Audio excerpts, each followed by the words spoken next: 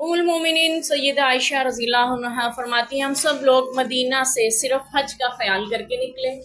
फिर जब मुकाम सर्फ में पहुंचे तो मुझे हैज़ आ, तो फरमाती हैं वहाँ हैज़ आ गया। यहाँ नबी पाक सल्लल्लाहु अलैहि वसल्लम ने पड़ाव किया था, यहीं पे हज़रत मैमूना रज़ी अल्लाह अन्हा से आपका निकाह हुआ था और यहीं पे बाद में जब उनके तो आपने यहाँ भी पड़ाव डाला था, यानी ठहरे थे आप वहाँ। तो वहाँ पे हज़रत आयशा रज़ी अल्लाह अन्हा जो थी वो मुस्तैज़ा हो गई। रसूलुल्लाह सल्लल्लाहु अलैहि वसल्लम मेरे पास तशरीफ़ आए और मैं रो रही थी।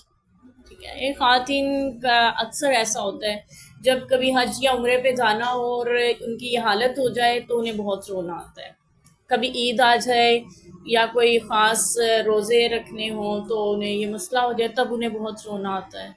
हसास होती हैं और इस हालत में ज़्यादा हसास हो चुकी होती हैं। तो आप सल्लल्लाहु अलैहि वसल्लम ने फरमाया, ये कैसी चीज़, क्या हुआ तुम्हें, क्या हुआ, क्या हैज़ आ गया? मैंने कहा हाँ।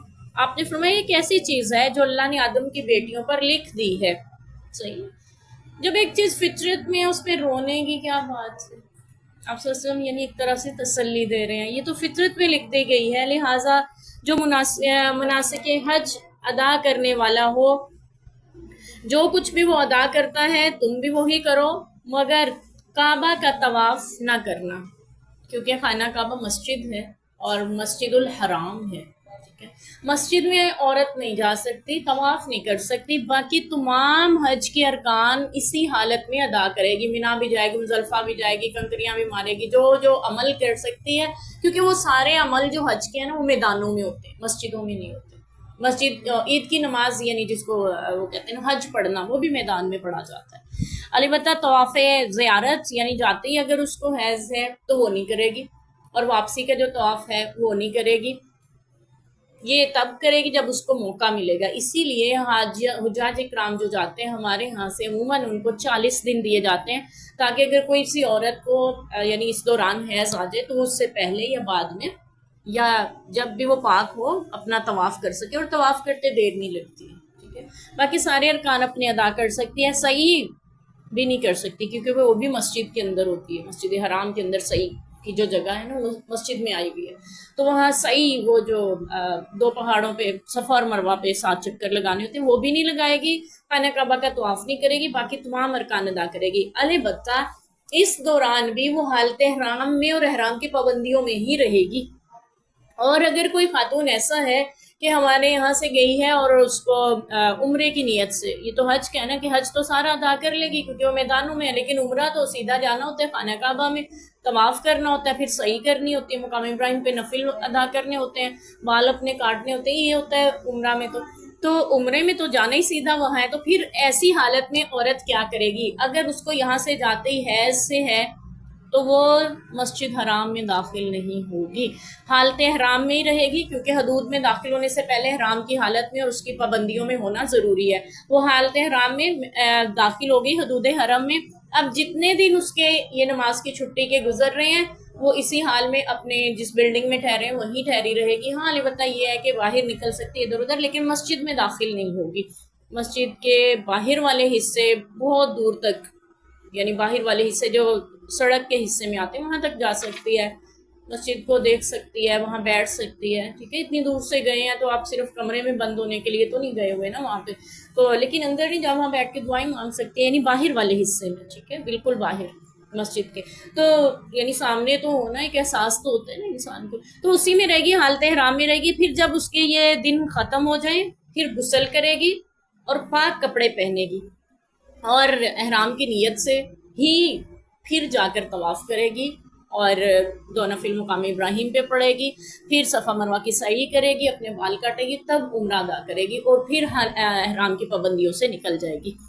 वैसे जो जाती है सीधे जाते हैं, तवाफ़ किया, दो नफिल पढ़े, सही की, बाल काटे, चले जी आपका उम्रा हो गया। घंटा 2 लगते हैं बस।